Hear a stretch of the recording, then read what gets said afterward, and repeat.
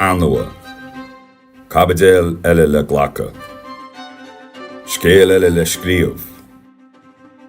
Hosa sé Carachani. Only just over the line, but Lady Luck favours the Irish. Goody Houghton, nach de wacht. Get across. A missed kick by Sansom, in goes Aldridge. Cool special to way Sheedy. Sheedy has captured the equaliser. Chur Cascarino and slow Fion. It's Tony Cascarino! 1-1. Rivishin, Chunny Quinn Wembley Cune. In goes Quinn. Yes, it's there. Goody and Mealy Shisha. Rinny Shane a Wembley. It's cross Long is climbing. What a good goal from Shane Long. Anish Sarah Goody and Chéad Clonella. And brat leis an tír tíb hero. Is féidir ein rudíon.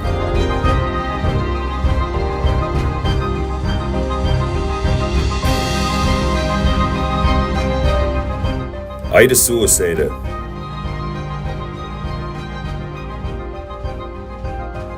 Is our arm oer one ella. Sean Lomiocht Anua. To dressing room floor for the ladies huddle, followed by the Sundays. Once everyone is ready, we'll switch to Tony. Sure, yeah.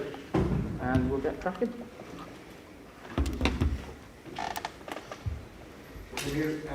Welcome, and John as well. Can you tell me what the relation between you two is going to be? No, I think we just need to kind of start to work together to find out what is the best way to work. But in my opinion, I think personalities kind of click. There's a good trust between us, and I think we can share more or less everything.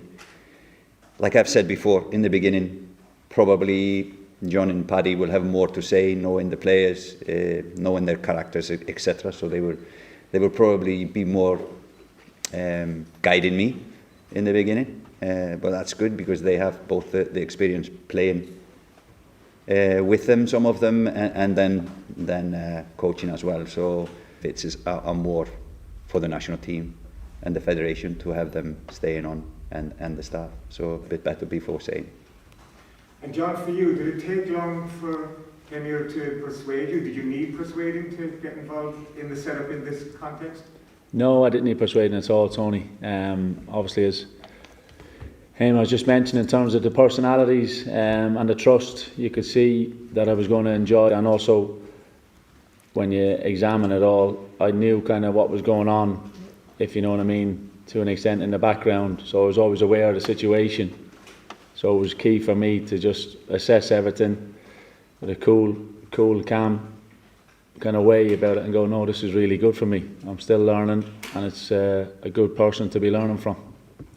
What if a club opportunity came up during this campaign or in the next while? I mean, how long is the term of your contract or relationship between the two of you? It's the exact same. It's look at straightforward. Obviously, full focus on England and Greece first and foremost, but also the campaign to come. Obviously, a big draw coming up in a few months' time, exactly too. So, just really excited to continue on working with the players, especially. I think that's the key thing because they're a good, solid group, and I can't wait for the manager to see exactly what the players and get to know them better. And I think that's where myself and Paddy will hopefully accelerate that process too. Anne-Marie, please. Heimir, hi. Hey. You said a couple of weeks ago when you were speaking to the fans that the team needed to find a ambassador, you needed to find that kind of player. When you look at this squad, do you see someone, do you have your eyes on someone you can turn into that kind of player for you? No, really, it was taken a little bit out of context, but I still like it the sentence, and in a way I was saying we have so many players at a similar level. All of them have really nice characters, etc. Sometimes you want to have a player on the pitch that will make the opponent feel uncomfortable, and that is what I meant. But it's more the fact that I think we have a lot of players that kind of are similar, whether it's the midfielders, whether it's the centre backs, if somebody shows up. John, this role alongside Heimir, is it fair to say it's probably a little bit more responsive? Yeah, look, not that it's anything different. An assistant coach or assistant head coach, whatever you want to go to. Obviously, when I got the chance to take the team, I brought Paddy in, so it's great that obviously we can carry that on.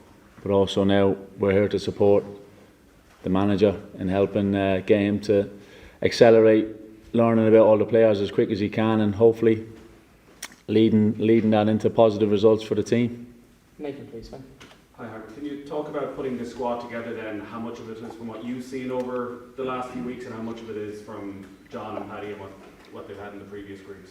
Yeah, so more or less I looked at the players, the squad for the last 2 camps. So I was looking at those players and then asking about individual, etc. So I've been trying to look at as many players as possible based on the knowledge of John and Paddy. And then at this camp I have a chance to get to know them personally. And then after this camp I can go and watch them live and see more of the died, what we can do. And that is why it's really important for me to have them. So yeah, no, it's They're in and out, and maybe some who might be in. So Evan Ferguson hasn't played for 5 months nearly. If he doesn't play at the weekend for Brighton, do you still think he'll be able to link up with the squad? Well, I think he has some qualities that is good to have. We'll see in the 5 days we have in training how fit he is actually, but he is fit enough to be in the squad for Brighton. So no objection from the club that we selected him. So hopefully he's fitter than everybody thinks, but we'll see in the first five trainings. John, you weren't officially confirmed at the time of the manager's announcement. Can you talk a bit about that process, and have you received any guarantees as to what happens with the next managerial team? No, look, it's straightforward. I'm here to support the manager for the campaign and the Nations League games, and obviously the World Cup campaign, and that's it, and that's straightforward. There's no promises about anything afterwards, and I wouldn't have wanted that anyway, because as I've seen in football since I've been involved in it, what happened so quickly. So I was fully focused on having a conversation with the boss to see how he would like to work, how he would like to do things, and once I met him straight away, it was very, very good trust, very good conversations just about football, how he likes to approach things, how he likes to keep things simple as such, and also simple and effective. And I just like the way he went about it. You've named a squad with 13 Premier League players, 3 more who are in top flight clubs in other countries.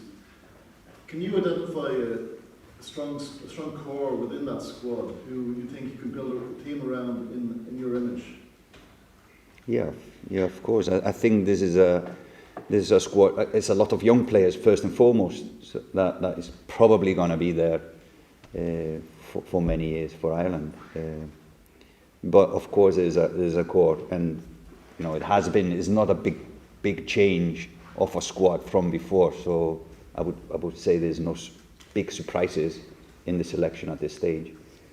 But I don't get the depth in that question. But there will be players that will probably play for another 10 years for Ireland.